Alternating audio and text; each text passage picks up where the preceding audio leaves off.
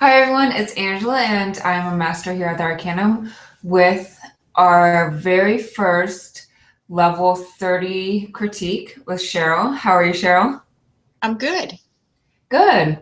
I'm really excited to talk to you, and our sphere is a little bit different. Ours is kind of talking about getting more attention with your photography and steps to be consistent, consistently getting yourself out there.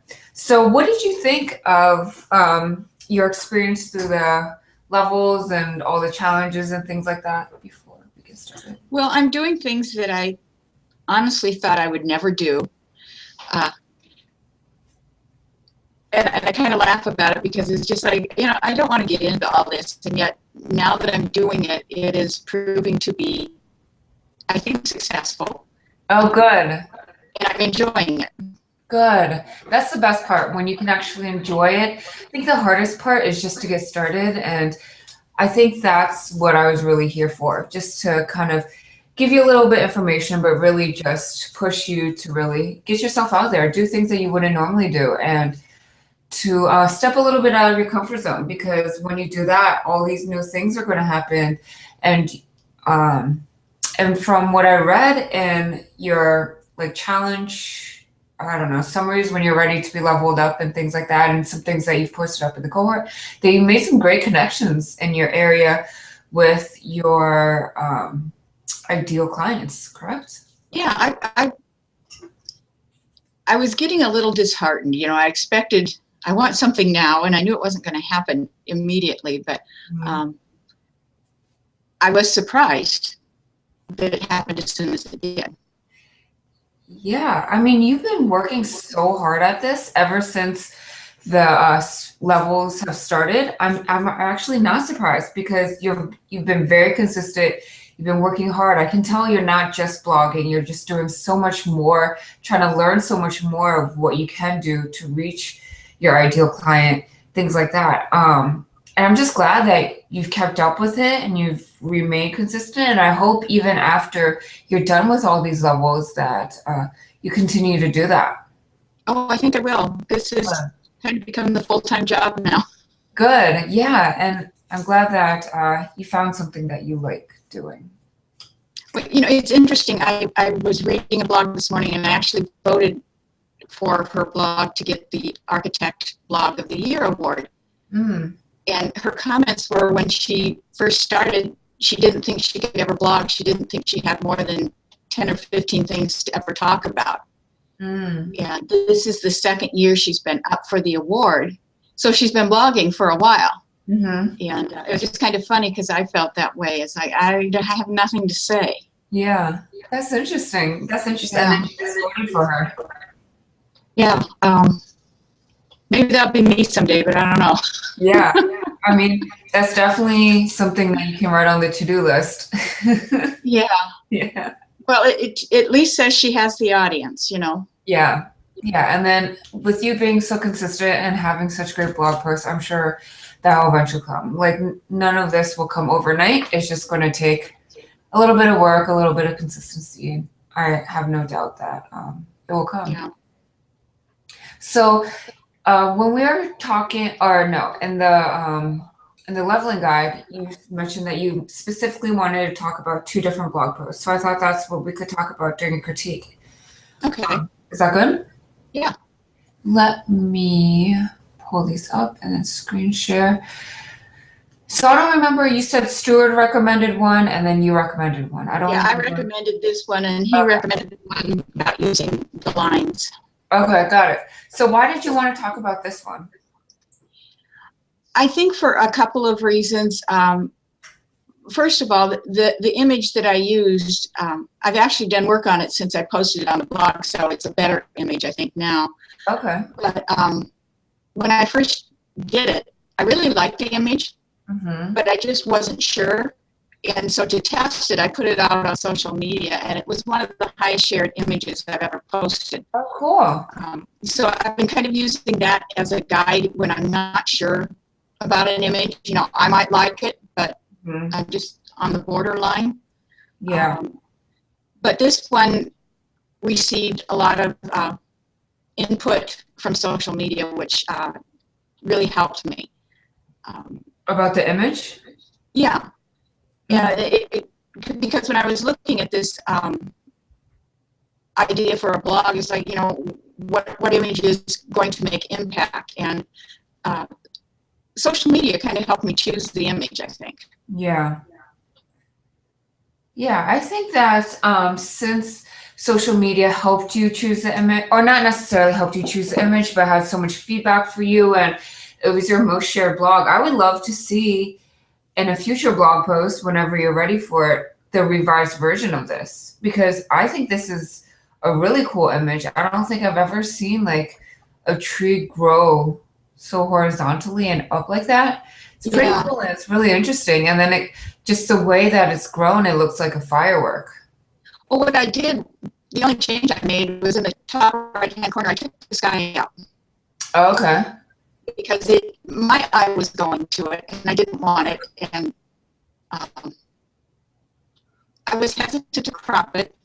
But the feedback was consistent, that my eye keeps going to that spot. So I did a little cloning and a little cropping is what I did, just to take that sky out. I think if I had a suggestion or a critique for this image, I think that the definite like main focus of this image is the green palm tree. Is it a palm tree? Yeah. Yeah, I think it's the green palm tree. And I love how it is so, the color is so different than all the other colors around it and things like that, like the orange and the yellow.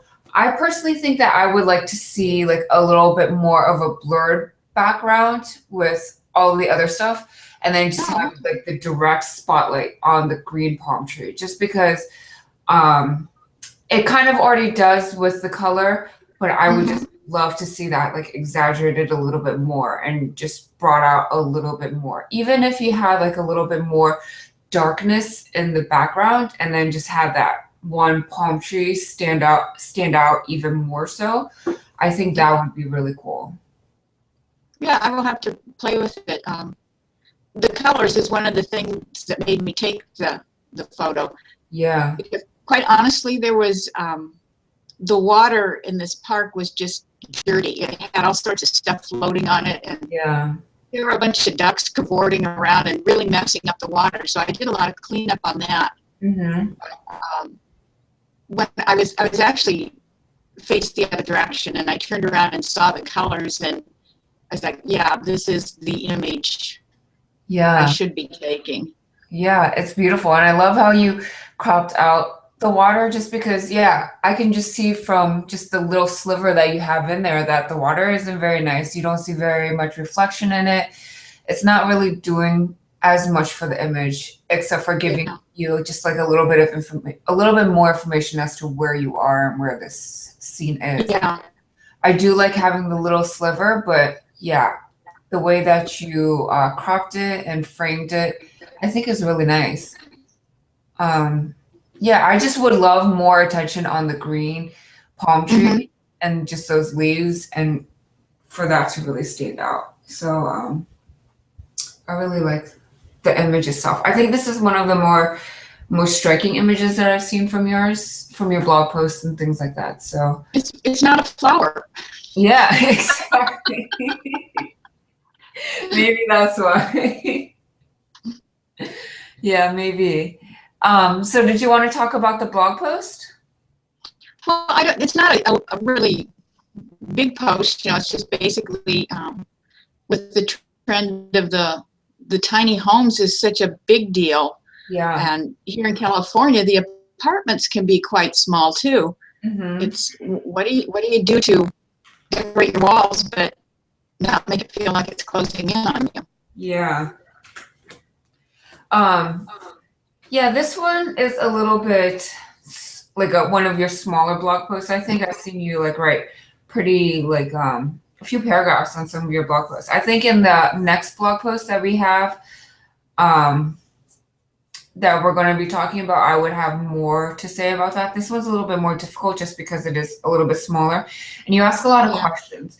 Did you receive feedback about the actual written part of this blog post? When you No, it was all, the image really drew the attention, so.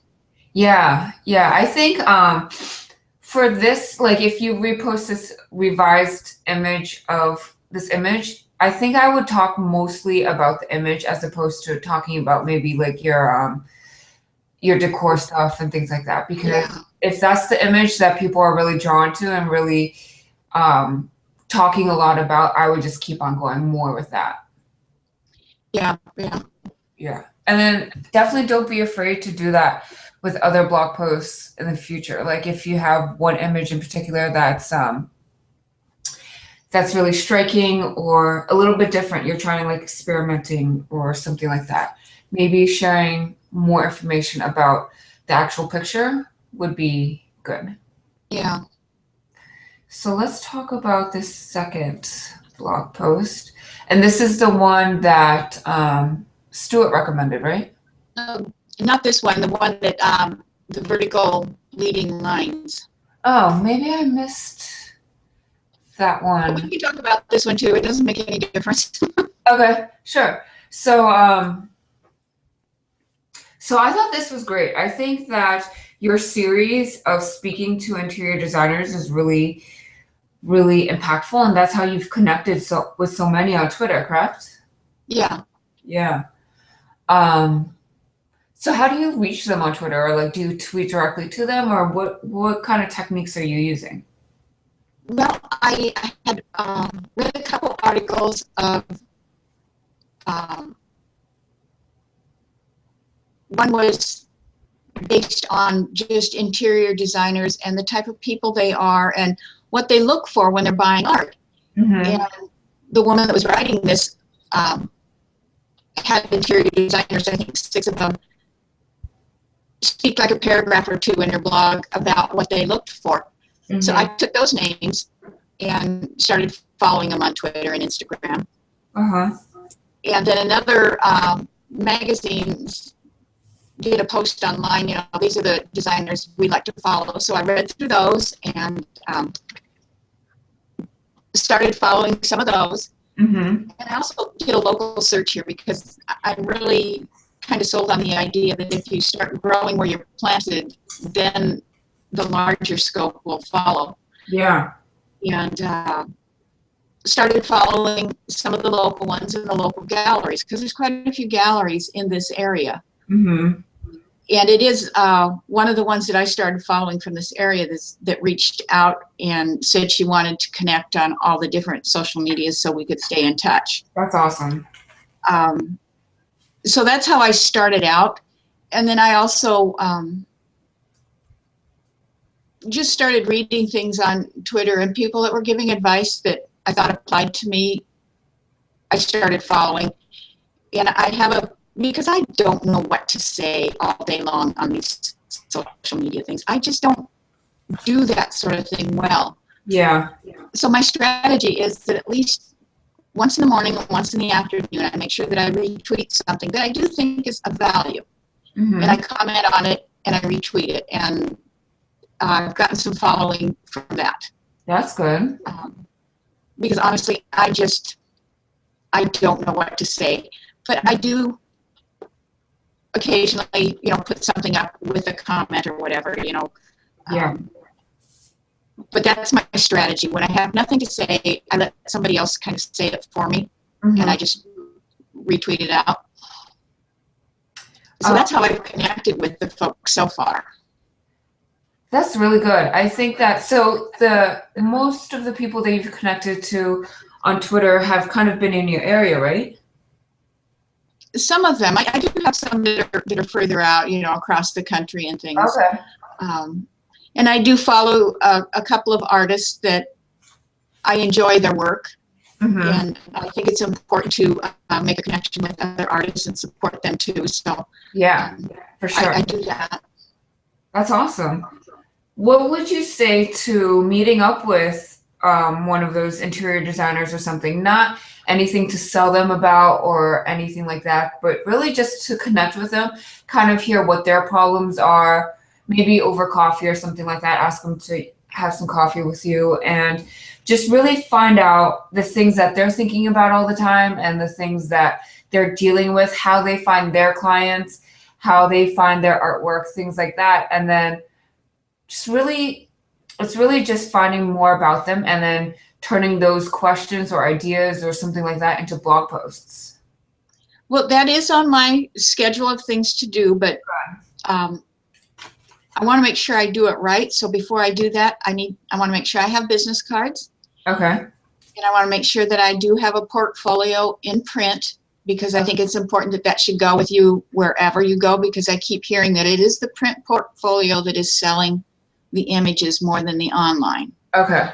At least in face-to-face. Mm-hmm. So that's something I'm working on putting together now, because I think that's important. Perfect. Great. That's really great. I would love for you to kind of, how is that going though? Like the business cards and brochure and stuff like that. You know, putting together a portfolio is probably the hardest thing, because oh yeah, for sure, you know what you like, yeah, and you have the emotional connection, but it's not necessarily your best image. mm-hmm. I have reached out to a couple of people from my Sphere 1 that have critiqued my website for me and given me some hard love on things to give me some feedback. And we just picked at least one image here the other day that I'm still involved in my Sphere 1 in that we're doing a 52-week sort of program, and I'm using it to learn how to process in black and white. Okay. And so their feedback on some of the images there has helped me pick some. So, you know, that's good too. I use it as a learning tool, but they give some great feedback. So yeah. So in your portfolio page, I would definitely include some of the images that you may not like necessarily as much, but you've been getting a lot of response from your sphere, your foundation sphere, or from social media or stuff like that. Because I've said this from the very beginning that some of my most popular images are the ones that I don't necessarily like that much, you know, but those are the ones that are selling, and those are the ones that people connect with. Well, that last image that we looked at was the palm tree. Yeah. I also did that in black and white after I posted the blog, and got a lot of good comments too as far as the black and white. Oh, interesting. I would have never thought about that image in black and white, just because it has so much color, and I love the green color in that one. I know, but it really, it's got a lot of good blacks in it when you convert it, so it really stands out, and the tree just stands out really well too. That's interesting. Maybe I'll do a blog post on black and white and post that with the comparison. Oh yeah, that would be great. Yeah. It would be cool to see kind of like an evolution of that image, because I just think that it's so different from when I think show day photography. It's so different from what I would normally expect. So I think that way it's like a nice surprise. So tell me about, you kind of had this whole series, I think it lasted for a week, maybe longer than a week, of how to frame. I think 4 blog posts. 4 blog posts. Yeah. Yeah. So a little bit longer than a week series of how to frame your pictures, right? Right. And it started with, you know, what to do when it comes time to frame them. Mm-hmm. And this particular blog post, I got some really good and interesting feedback through Facebook, because I always post them there too. Yeah. A woman that I've connected with for many years on Facebook had taken, just as this was being posted, took an art print in to have it framed, and she had picked out the colors of the mats that she wanted in it. The photo had purples, blue, and just a little bit of yellow in it. Yeah. And so she had picked out some purple and blue mats, you know, to pull it out. And the woman in the frame shop said, "Oh no." And she went and she pulled out the yellow mat with cream, and it just made the whole picture just pop out. And she had commented to me that she never would have thought about that until she read this, that sometimes you don't want the dominant color. So I was pleased by that, because she had read this, and just as she was going in there, and she thought she, knew what she wanted, and it turned out that the person in the frame shop really did well by her, and the image looks much better.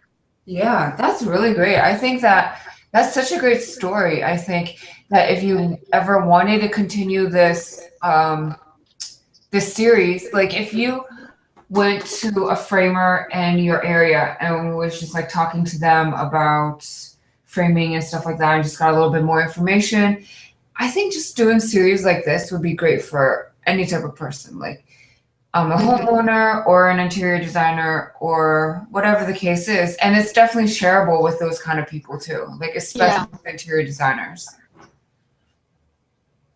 That's really great. I think that the way that you present your information is really great because it's very scannable. I love all the spaces that you've put in between. You put in between each of the paragraphs. To me, I think you might ask a little bit too many questions to kind of have a whole conversation. I would like to see you just like more information and then just a few questions, not because it seems like almost every paragraph in the map border size section has a question. Mm-hmm. So it'd be difficult for me to like engage in an online conversation where there's so many different questions. And so since there's so many, I'm just going to be like, no, I'm not even going to start, Yeah. Maybe one or two questions would be good, but I think that you asking questions is a great way to engage your readers in the future. Did you see that link that I shared in the cohort this morning? Yes. Yeah, the Pro Blogger. Yeah. Yeah, I read that yesterday. Oh, really? Yeah. That's funny. You're always ahead of me, Cheryl. So one of the great takeaways that I got from that is like your blog post should be kind of like an overall story, not like your individual blog post might be telling its own story, but your whole blog as a whole would be a great story. So I think that even though you kind of ended that photo framing series, if you continue it with a story about your friend going to continue the frame, or how and her what she learned from framing, and kind of taking these ideas and twisting it a little bit more so you can kind of recycle that information and to have your content put out there even more would be really great. And I love how you have, this is a new edition that you have all the categories and the different type of categories that you have, right? On the right hand side? No, I've been doing that since the beginning. Okay, then maybe you didn't have as many when I. Yeah, it grows as the blog gets older. Good. That's awesome. I think that such a great way to go back and just see all of your other content that you might have. Yeah, I think that you're definitely headed in the right direction and actively looking for your ideal clients and trying to connect with them. I think that you should really put a timeline on how long you're going to take with your business cards and things like that, and then set that timeline or set that deadline, and then by the end of that deadline have maybe one or two coffee dates set up with interior designers or with framers or something like that to really just connect and get out in the community. I think that would be your next big step. Yeah, I think it is, but sometime this month, probably in about 3 weeks, we are moving. Oh, are you? Yeah, south of LA to a community called Irvine. And about a week after I move, I'm going to Hong Kong for probably 2 weeks. So oh, wow. It's going to be a busy month. Okay. Then definitely. So I'm looking at probably end of April. Yeah, definitely get as much as you can done before your trip. Enjoy your trip. Or I don't know how much you can actually enjoy your move, but like, movers are doing it all, so I really don't have to do much of anything. So good. Yeah, and then definitely blog about your experience while you're in Hong Kong, and then so you're going to set up some blog posts to run while you're away, right? Yeah, I always have a week's worth in queue. Perfect. So I might try and get a little bit more done. So if I'm there and I don't get a chance to write while I'm there, I'll be okay. Yeah, you are so on this. This is awesome. I told you it's my full-time job now.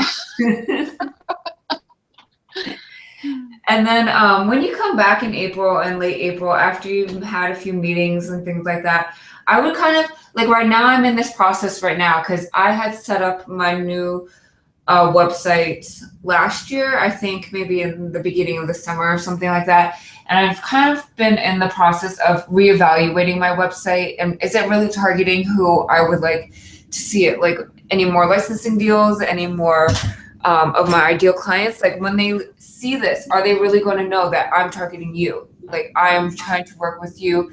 Are we a good fit? And I would just invite you to do that whenever you're done with meeting people, just to go back and see, check out your website with fresh eyes and really evaluate who you're speaking to and is this website directed to them, because I think it's good to have those refreshers every month or not every month, like every few months or every year. And that's just what I'm currently doing. And I think that when you get a little bit more information, your blog going a little bit more, you might have a few more ideas and definitely check out like that exercise that we had for level 22 or 23 when you're looking at other people's websites and seeing what you like about them, what you don't like about them.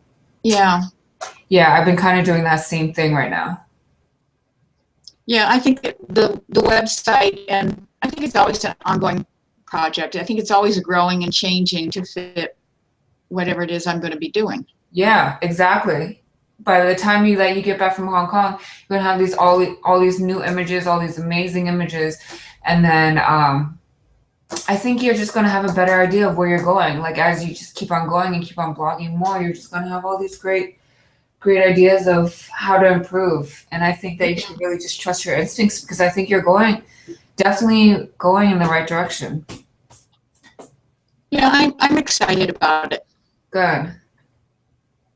That's awesome. I feel like I've given you, or like we've talked about a lot of actionable items that you can be doing. Oh yeah. Even after this is. Yeah, there is I'm always looking for ideas. Let's put it that way. That's good. That's somebody awesome. else looks at it and sees things that I don't. So I appreciate input and ideas. Mm-hmm. And then even though you're not like you've graduated out of the sphere, you'll definitely still be in the cohort. And please feel free to always like post your blogs and your comments and things like that. I'm sure everybody would love to still connect. Yeah. Mm-hmm.